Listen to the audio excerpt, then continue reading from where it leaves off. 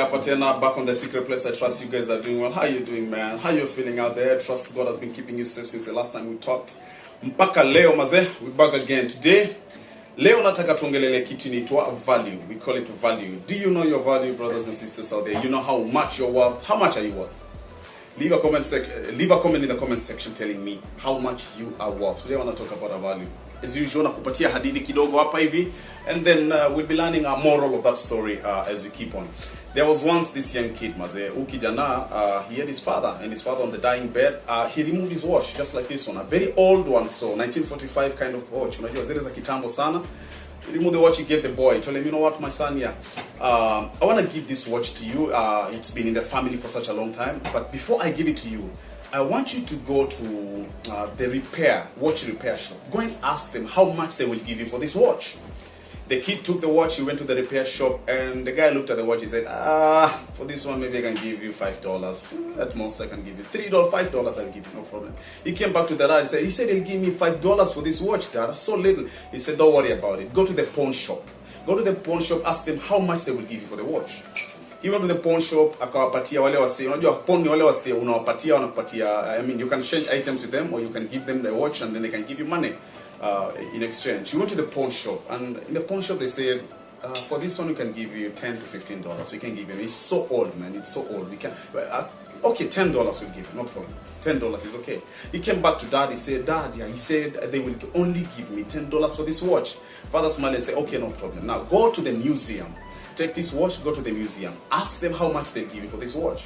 Kid go to the museum shop. He finds the curator there. He asks, how much are you going to give me for this watch? I took it and he was amazed. He took it to everybody and everybody was so amazed. He said, look, we're going to give you as much as even $1 million we will give you. We can. How much do you want for it? We will give you $1 million. He came back to the father so excited. He said, the museum said they will give me $1 million for this watch, Dad. $1 million. I think I'm going to sell it. He said, hold it right there. Take the watch. But then the moral of this story I'm telling you right now, son, is this: you must know your value. Guys, brothers and sisters out there, is it possible that you are in a place that you are not appreciated because people haven't really realized your value? Perhaps you speak too much and everybody in the company says you speak too much, and so they don't like you, and so they keep you down there. Yet if you go to a place that they make news, they will say, you're the kind of person that they've been looking for, man. You're going to look for a place where you're appreciated. Don't stay in a place that you're feeling very unappreciated and you're just there, you keep complaining day in, day out. You're going to find a place that appreciates you. Like the antique watch. He went to the watch repair. The watch repair guy didn't understand the value of an antique, and so was willing to pay only $3 or $4. He didn't see the value in this watch.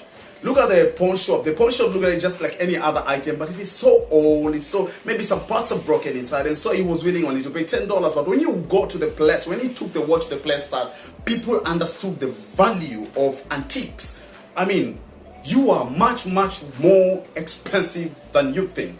You see, when God created you, there is a place that He wanted you to go and fit in. There is something that we call your purpose. There's a place that God has created specifically for you to go and thrive. Like the fish. The fish don't fly, or they don't walk on the on land. They excel only in the seas. Growing up, there was this saying that we used to say, you know, if you judge a fish by its ability to climb a tree, the fish will always live thinking that it is a fool. It is the same thing with you and me, brothers and sisters out there. Maybe you are just being judged by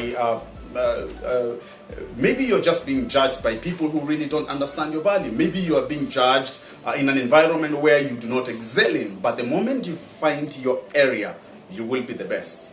You see, I had this friend of mine when we were growing up in school, you know. This kid was, I mean, I could say he was the worst person in academics. I mean, he always used to come last in education. He wasn't good in math. He wasn't good in anything. He was always last in our class. But once we went swimming, this kid always baffled anyone. This kid could stay underwater for so long, we thought he was abnormal. He was a very, very fast swimmer. And growing up, because our teachers back then, or rather in the institution that I was in, they didn't understand the value of co-curriculum activities. He grew up feeling so low, so lost. Nobody even wanted to spend time there. He was the fool of the school. But one day his parents decided to change him from our school to a different school. His father got, a well-paying business, and then he changed him to a better school. And he told the school, I want you to concentrate on what my son is good at. You see, curriculums are different. Where I came from, the curriculum was all education-based. There are some places they balance both education and co-curriculum. He was taken to such a school, and the kid thrived. by the end, I mean, by the time all of us were out of school and I was looking for a job out there and my friends were looking for a job out there, the kid was hiring some of the best people that we were in our class back then. I mean, the one who used to top right now in our class back then is his financial manager. What is the moral? What am I trying to tell you out there? What is the moral of my stories today, brothers and sisters? Find a place where you are appreciated. You will not only excel, but you will go ahead and break records and set records out there because you have got it in you. If you're a good speaker, find a place that appreciates speaking. And remember, you can never hide the shine of a star. And you folks out there, you are a star. You just gotta find your cloud so you can shine in it. As usual, leave a comment in the comment section below, like the video, and subscribe to the channel, your friends, man. Share with your friends out there so we can do this the right way. I love you so much, and until the next one, man, peace.